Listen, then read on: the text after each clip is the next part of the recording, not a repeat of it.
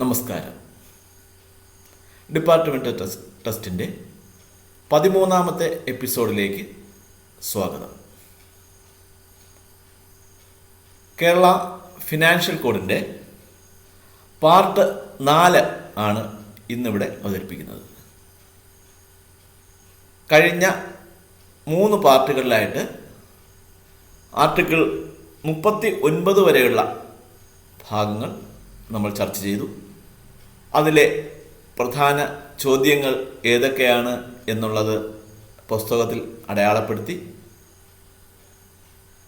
അത് എങ്ങനെയാണ് പഠിക്കേണ്ടത്, എങ്ങനെയാണ് നമ്മുടെ ഓർമ്മയിൽ നിലനിർത്തേണ്ടത് തുടങ്ങിയ കാര്യങ്ങൾ ഞാൻ കഴിഞ്ഞ എപ്പിസോഡുകളിൽ പറഞ്ഞു. അതനുസരിച്ച് പലരും പ്രവർത്തിച്ചു. അതിൻ്റേതായ ഗുണം കിട്ടിയതായി അവർ എന്നെ വിളിച്ചറിയിക്കുകയും ചെയ്തു. ഒത്തിരി സന്തോഷം ഉണ്ട്. എൻ്റെ പേര് അലക്സ് ബോസ്കോ. ഞാൻ 1999 മുതൽ ഡിപ്പാർട്ട്മെൻറ്റ് ടെസ്റ്റിൻ്റെ ക്ലാസ് എടുത്തു വരികയായിരുന്നു. ഇപ്പോൾ ലോക്ക്ഡൗണൊക്കെ ആയപ്പോൾ KSR, KER തുടങ്ങിയ പ്രധാന പേപ്പറുകളുടെ ക്ലാസ്സുകൾ ഓൺലൈൻ ഇൻട്രാക്ഷൻ രീതിയിലാണ് എടുത്തു വരുന്നത്. എന്തെങ്കിലും സംശയമുള്ളവർക്ക് എന്നെ വിളിച്ച് ചോദിക്കുകയും ചെയ്യാം. വേറെ ബുദ്ധിമുട്ട് ഇല്ല. അപ്പോൾ എല്ലാവരും കേരള ഫിനാൻഷ്യൽ കോഡ് വോളിയം 1 എന്നുള്ള പുസ്തകത്തിൽ ആർട്ടിക്കിൾ 40 എടുക്കണം. Kerala financial code volume 1 article 40. അതാണ് ഈ എപ്പിസോഡിൽ തുടങ്ങുന്ന ആർട്ടിക്കിൾ 40. അതിലെ ആദ്യത്തെ പ്രധാന ചോദ്യം എന്ന് പറയുന്നത്, when does an appropriation lapse? Appropriation lapse ആവുന്നത് എപ്പോഴാണ്? when does an appropriation lapse? എപ്പോഴാണ് അപ്രോപ്രിയേഷൻ ലാപ്സ് ആവുന്നത്? at the close of the financial year. at the close of the financial year. Financial year എന്നാണോ അവസാനിക്കുന്നത് അന്നാണ് അപ്രോപ്രിയേഷൻ ലാപ്സ് ആവുന്നത്. ഒരു financial year എന്ന് പറയുന്നത് എന്ന് മുതലാണ്? April 1 to March 31. April 1 മുതൽ March 31 വരെയുള്ളതാണ് ഫിനാൻഷ്യൽ ഇയർ എന്ന് പറയുന്നത്. ആ ഫിനാൻഷ്യൽ ഇയർ അവസാനിക്കുമ്പോൾ ആ അപ്രോപ്രിയേഷൻ ലാപ്സ് ആവും. അടുത്ത ചോദ്യം, which is the article in Kerala Financial Code on standards of financial propriety? ഒരിക്കലും വായിക്കാം. Which is the article in Kerala financial code on standards of financial propriety? Standards of financial പ്രൊപ്പറൈറ്റിയെ കുറിച്ച് Kerala financial കോഡിൽ ഏത് ആർട്ടിക്കിളിലാണ് പറയുന്നത്? സ്റ്റാൻഡേർഡ്സ് ഓഫ് ഫിനാൻഷ്യൽ പ്രൊപ്പറൈറ്റിയെ കുറിച്ച് കേരള ഫിനാൻഷ്യൽ കോഡ് വോളിയം 1 ഏത് ആർട്ടിക്കിളിലാണ് പറയുന്നത്? ആർട്ടിക്കിൾ നമ്പർ 40B, വിത്തിൻ ബ്രാക്കറ്റിലാണ് ബി. Article 40B. അപ്പോൾ പുസ്തകം എടുത്തിട്ടുള്ളവർ ആർട്ടിക്കിൾ 40B എടുത്തിട്ട് ചെറുതായിട്ട് പെൻസിൽ വെച്ച് ചെറിയൊരു മാർക്ക് കൊടുക്കുക. അതോടൊപ്പം വായിക്കുകയും ചെയ്യുക. അടുത്ത ക്വസ്റ്റ്യൻ ആർട്ടിക്കിൾ 40Cയെ ബേസ് ചെയ്തുള്ള ആർട്ടിക്കിൾ 40C. നിങ്ങൾ നോക്കിയാൽ തൊട്ട് താഴെ കിടക്കുന്നതാണ് ആർട്ടിക്കിൾ 40C.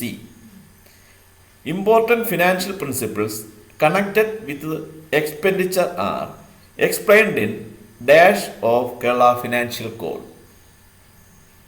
കൂടെ important financial principles connected with expenditure are explained in dash of Kerala Financial Code. Kerala financial കോഡിലെ ഏത് ആർട്ടിക്കിളിലാണ് ഫിനാൻഷ്യൽ പ്രിൻസിപ്പിൾസിനും എക്സ്പെൻഡിച്ചറുമായിട്ട് കണക്ട് ചെയ്യുന്നത്? Article 40C. ആർട്ടിക്കിൾ 40Cയിലാണ് ഫിനാൻഷ്യൽ പ്രിൻസിപ്പിൾസ് എക്സ്പെൻഡിച്ചറുമായിട്ട് കണക്ട് ചെയ്യുന്നത്. Article 40C. അടുത്ത ചോദ്യം, the principles which are known as the standard of financial propriety. The principles which are known as the standards of financial propriety. Standards of financial propriety എന്ന് പറയുന്നതിലെ principles എന്താണ്? Answer, the expenditure should not be more than the occasion demands. the expenditure should not be more than the occasion demands, and public money should not be used for the benefit of a particular person. പൊതു പൈസ, public മണി ഒരു പ്രത്യേക വ്യക്തിക്ക് വേണ്ടി ചിലവാക്കാൻ പാടുള്ളതല്ല. അതുപോലെ തന്നെ ഡിമാൻഡിനേക്കാളും കൂടുതൽ എക്സ്പെൻഡിച്ചർ വരാനും പാടില്ല, ബില്ലിലുള്ളതിനേക്കാളും കൂടുതൽ എക്സ്പെൻഡിച്ചർ വരാനും പാടില്ല. അതാണ് ഫിനാൻഷ്യൽ പ്രൊപ്രൈറ്റി എന്ന് പറയുന്നത്.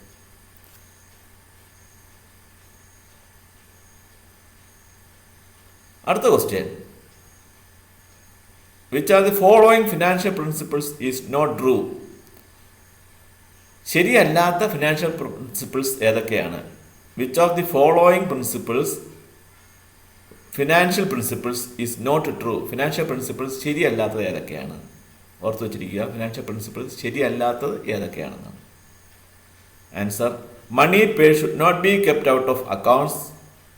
Next one, inevitable payments should not be postponed.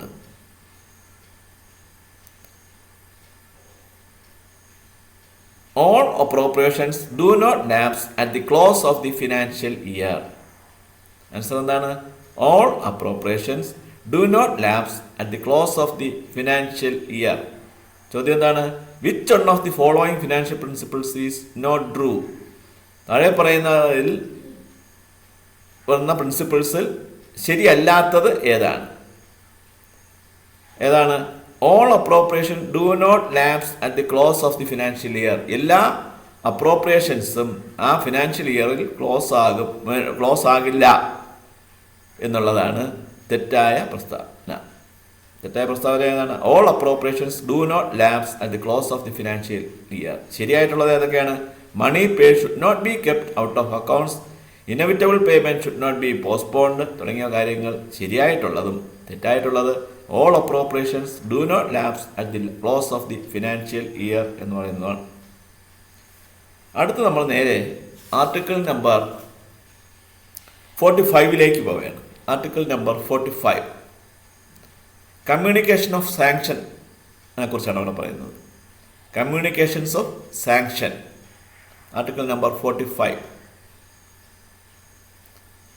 അല്ല, first question, insurance against fire of private buildings rented by the government may be paid by dash. Insurance against fire of private buildings rented by the government may be paid by dash, the owner of the building. ഫയറിന് തീക്ക് വേണ്ടിയുള്ള insurance എടുത്തിട്ടുള്ളതെങ്കിൽ, private ബിൽഡിങ്സിലുള്ളവർ എടുത്തിട്ടുണ്ടെങ്കിൽ, അതായത് government സ്ഥാപനങ്ങൾ ചില private വ്യക്തികളുടെ കെട്ടിടങ്ങളിൽ work ചെയ്യുന്നുണ്ട്, ജോലി വെച്ചിട്ടുണ്ട്, പ്രവർത്തിക്കുന്നുണ്ട്. അങ്ങനെയുള്ള ഗവൺമെൻറ് ഇൻസ്റ്റിറ്റ്യൂഷൻസ് ഉള്ള പ്രൈവറ്റുകാർ ആ കെട്ടിടത്തിന് വേണ്ടി ഫയർ ഇൻഷുറൻസ് അടയ്ക്കാറുണ്ട്. അപ്പോൾ അത് അടയ്ക്കേണ്ട വ്യക്തി ആര് എന്ന് ചോദിച്ചു കഴിഞ്ഞാൽ അത് the owner of the building ഓണറാണ് ഫയർ ഇൻഷുറൻസ് അടയ്ക്കേണ്ടത്. അടുത്ത ചോദ്യം, the authority which account sanction of expenditure should furnish a copy of every sanction order to dash.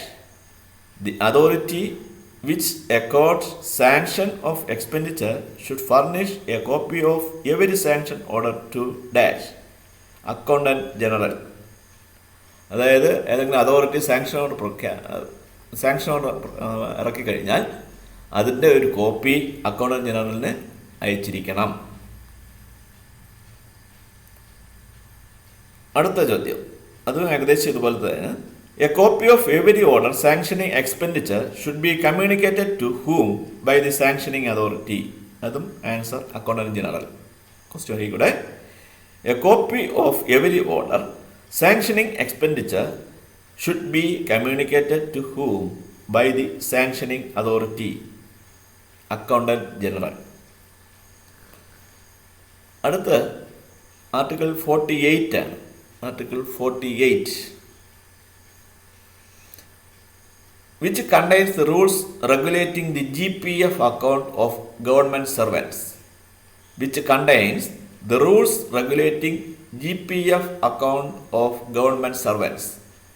Government സർവൻസിന് ഉള്ള GPF account, government provident fund, GPF അല്ല. GPF ആർക്കാണ് വരുന്നത്? Aided സ്കൂളുകാർക്കാണ് GPF വരുന്നത്. ഗവൺമെൻറ് ഇൻസ്റ്റിറ്റ്യൂഷനിലുള്ളവർക്ക് GPF ആണ് വരുന്നത്. ഈ GPFനെ കുറിച്ചുള്ള റൂൾസ് ഏതിലാണ് വരുന്നത്? Answer GPF Kerala rules. GPF Kerala rules.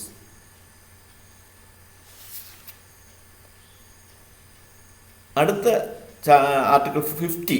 Article 50 lapse of സാങ്ഷനെ കുറിച്ചാണ് പറയുന്നത്. ആർട്ടിക്കിൾ 50 എന്ന് പറയുന്നത് ലാപ്സ് ഓഫ് സാങ്ഷൻസ്. ഒരു സാങ്ഷനായ സംഭവം, ഓർഡർ എങ്ങനെയാണ് നഷ്ടപ്പെടുന്നത്, സാങ്ഷൻ ബില്ല് എങ്ങനെയാണ് നഷ്ടപ്പെടുന്നത്, ഇല്ലാതെ വരുന്നത്, ക്യാൻസലായിപ്പോൾ സാങ്ഷൻ ക്യാൻസൽ ആവുന്നത് എങ്ങനെ, ലാപ്സ് ആവുന്നത് എങ്ങനെയാണ്, ആ കാര്യങ്ങളെക്കുറിച്ച് പറയുന്നത് ആർട്ടിക്കിൾ 50 അതിൽ ഒരു ചോദ്യം ഇങ്ങനെയാണ്: ടൂർ ചാർജസ് ഇൻക്ലൂഡ്. ടൂർ ചാർജസിൽ എന്തെല്ലാം ഉൾപ്പെട്ട് വരും? ഏതൊക്കെയാണ് കാര്യങ്ങൾ ടൂർ ചാർജസിൽ ഉൾപ്പെട്ട് വരുന്നത്? Charge for packing, carriage of records, petty carriage. ഈ സംഭവങ്ങളെല്ലാം ടൂർ ചാർജിൽ ഉൾപ്പെടും. ഏതൊക്കെ? Charges for packing, carriage of records and petty carriage. ഈ 3 കാര്യങ്ങളും ടൂർ ചാർജിൽ ഉൾപ്പെട്ടു വരും. അടുത്ത ചോദ്യം: when there is a specific provision in a sanction that the expenditure should be met from the budget provision of the specified financial year, and if no expenditure is incurred, same will be lapse dash. Very good. When there is a specific provision in a sanction that the expenditure should be met from the budget provision of the specific financial year, and if no expenditure is incurred, the same will lapse dash at the close of the financial year. ആ financial ഇയറിൻ്റെ അവസാനം ആ amount lapse ആയിപ്പോൾ. Financial year എന്ന് ഞാൻ അല്പം നേരത്തെ പറഞ്ഞതാണ്, April 1 to March 31. ഒരു financial ഇയറിൽ ചെയ്യേണ്ട കാര്യങ്ങൾ അല്ലെങ്കിൽ ക്യാഷ് ചെയ്യേണ്ട കാര്യങ്ങൾ ആ ഫിനാൻഷ്യൽ ഇയർ തന്നെ വാങ്ങിയിരിക്കണം. അല്ലെങ്കിൽ ആ ഫിനാൻഷ്യൽ ഇയർ അവസാനിക്കുമ്പോൾ എന്ത് സംഭവിക്കും? ആ എമൗണ്ട് ക്യാൻസലായിപ്പോൾ, ലാപ്സായിപ്പോൾ. അതേ രീതിയിലുള്ള വേറൊരു ചോദ്യം വന്നിട്ടുണ്ട്: a sanction for the purchase of new furniture to an office will lapse if the expenditure is not engaged dash. A sanction for the purchase of new furniture to an office will lapse if the expenditure is not incurred dash. Answer: before the close of financial year. അതായത് ഏതെങ്കിലും ഓഫീസിൽ furniture വാങ്ങാൻ വേണ്ടി പൈസ sanction ചെയ്തിട്ടുണ്ടെങ്കിൽ ആ financial ഇയറിൽ തന്നെ, എന്നാണോ സാങ്ഷൻ ചെയ്തത് ആ ഫിനാൻഷ്യൽ ഇയറിൽ തന്നെ ആ ഫർണിച്ചർ വാങ്ങിയിരിക്കണം, അല്ലെങ്കിൽ അതും ക്യാൻസലായി പോകും. ഈ കോൺട്രാക്ട്സിനെ കുറിച്ച് പറയുന്നത് ആർട്ടിക്കിൾ 51. Article 51 contracts. ആർട്ടിക്കിൾ 51 എടുക്കും. Article 51 contracts. ഞാൻ പറഞ്ഞതുപോലെ ഈ പറയുന്ന പ്രധാന പോയിന്റ്സ് നിങ്ങൾ മാർക്ക് ചെയ്തേക്കണം. അത് പല പ്രാവശ്യം എൻ്റെ ഈ വീഡിയോയും കാണുക, ആ മാർക്ക് ചെയ്ത പോയിന്റുകൾ കാണുക. എന്നിട്ട് പരീക്ഷയുടെ തലേ ദിവസം മാർക്ക് ചെയ്ത സംഭവങ്ങളെല്ലാം മായ്ച്ചു കളയണം. എന്നിട്ട് മാത്രമേ പരീക്ഷാ ഹാളിൽ ഈ പുസ്തകവുമായിട്ട് പോകാവൂ. പ്രിയ സുഹൃത്തുക്കളെ, നിങ്ങൾ കാണാതെ പഠിച്ച് ഈ പരീക്ഷ മുഴുവൻ എഴുതാമെന്ന് നിങ്ങൾ പ്രതീക്ഷിക്കരുത്. പുസ്തകത്തിൽ മാർക്ക് ചെയ്യുന്നത് നമ്മൾ കാണാതെ പഠിക്കുന്നതിന് തുല്യമാണ്. അതുകൊണ്ട് ഈ പറയുന്ന കാര്യങ്ങൾ പുസ്തകത്തിൽ പെൻസിൽ വെച്ച് മാർക്ക് ചെയ്യുക. പരീക്ഷയ്ക്ക് 2-3 ദിവസത്തേക്ക് പല പ്രാവശ്യം വായിച്ച് നോക്കുക. എൻ്റെ ഈ വീഡിയോ കാണുക, ഷെയർ ചെയ്യുക, അതുപോലൊപ്പം സബ്സ്ക്രൈബ് ചെയ്യുക. സബ്സ്ക്രൈബ് ചെയ്യുമ്പോൾ ബെൽ ബട്ടൺ കാണും, അത് ക്ലിക്ക് ചെയ്യുക. അതോടൊപ്പം നിങ്ങൾ ലൈക്ക് ചെയ്യുക. നിങ്ങളുടെ സുഹൃത്തുക്കൾക്ക് ഇത് അയച്ചു കൊടുക്കുക. അവരും ഫിനാൻഷ്യൽ കോഡ് പരീക്ഷ വളരെ എളുപ്പത്തിൽ എഴുതി ജയിക്കട്ടെ എന്നുള്ള മനോവിചാരത്തോടുകൂടെ വേണം നിങ്ങളും അവർക്ക് ഈ ലിങ്ക് ഷെയർ ചെയ്യേണ്ടത്. ഇനി ആർട്ടിക്കിൾ 51 എടുക്കുക. അതിൽ ഒരു ചോദ്യം ഇതാണ്: the general principles of contract to be observed in explained in article dash of Kerala financial code volume 1. The general principles of contract to be observed is explained in article dash of Kerala Financial Code volume 1. Principles of contract Kerala financial കോഡിലെ ഏത് ആർട്ടിക്കിളിലാണ് പറയുന്നത്? Principles of contract Kerala financial കോഡിലെ ഏത് ആർട്ടിക്കിളിലാണ് പറയുന്നത്? Article number 51. Article 51ലാണ് principles of കോൺട്രാക്ട്സിനെ കുറിച്ച് പറയുന്നത്. അടുത്ത ചോദ്യം, whose prior sanction is required to settle a contract containing unusual conditions or involving uncertain or indefinite liability? First very good. Whose prior sanction is required to settle a contract containing unusual conditions or involving uncertain or indefinite liabilities? Answer, government. ഗവൺമെൻറ്റിൻ്റെ ആദ്യം നേരത്തെയുള്ള sanction ഉണ്ടായിരിക്കണം. അടുത്ത ചോദ്യം, all government contracts are made by dash. All government contracts are made by dash. Answer, the governor. അതിലെല്ലാം governor ഒപ്പിട്ടിരിക്കണം. Government കോൺട്രാക്ട്സിലെല്ലാം തന്നെ governor ഒപ്പിട്ടിരിക്കണം.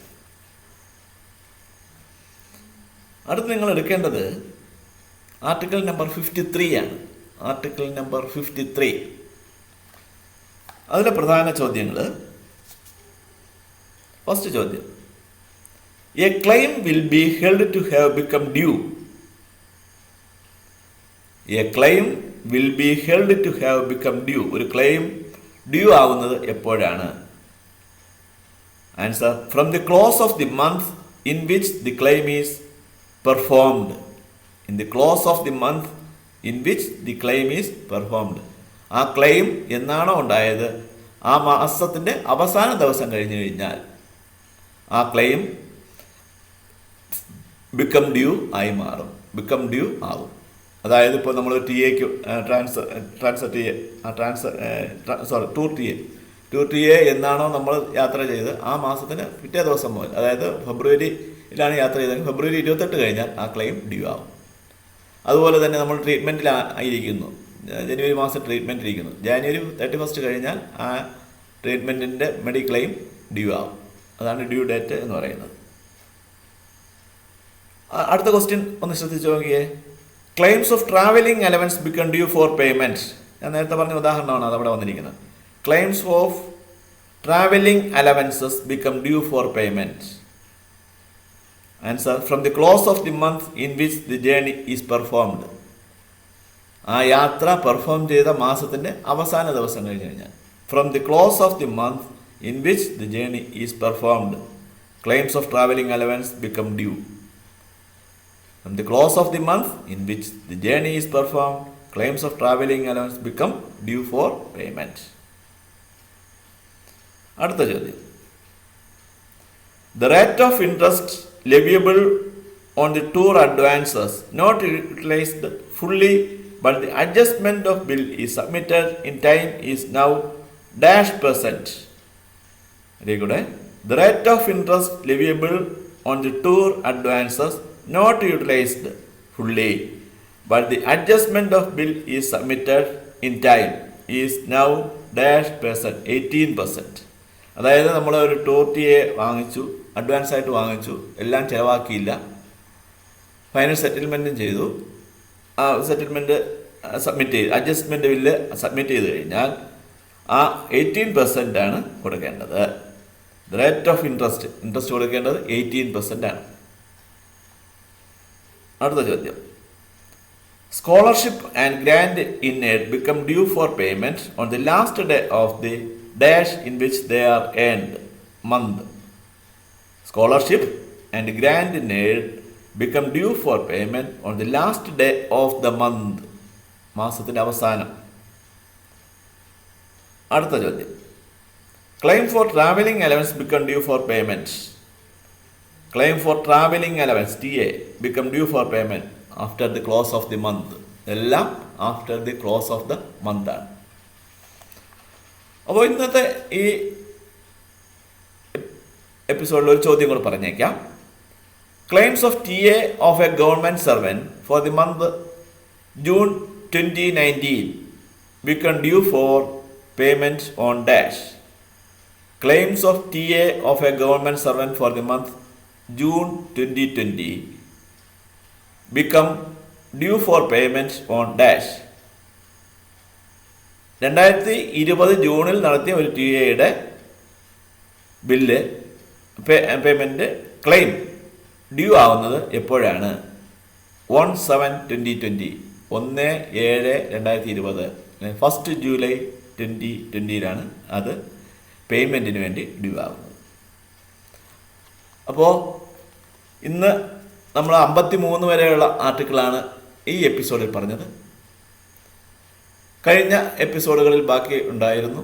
അതുപോലെ തന്നെ ആദ്യം ഇറങ്ങിയ എപ്പിസോഡുകളിൽ കേരള ട്രഷറി കോഡിനെ കുറിച്ചുള്ള പുസ്തകം കംപ്ലീറ്റ് ആയിട്ടുള്ള ചോദ്യോത്തരങ്ങളുണ്ടായിരുന്നു. ഇത് ആവശ്യമുള്ളവർ വാട്സാപ്പിൽ മെസ്സേജ് അയക്കുകയോ നേരിട്ട് വിളിച്ച് പറയുകയോ ചെയ്തു കഴിഞ്ഞാൽ ആ ലിങ്കുകൾ അയച്ചു തരുന്നതായിരിക്കും. അതുമാത്രമല്ല, നിങ്ങൾ ഈ ലിങ്ക് സബ്സ്ക്രൈബ് ചെയ്ത് കഴിഞ്ഞാൽ തുടർച്ചയായി എല്ലാ എപ്പിസോഡുകളും നിങ്ങൾക്ക് ലഭിക്കുന്നതായിരിക്കും. Okay, thank you.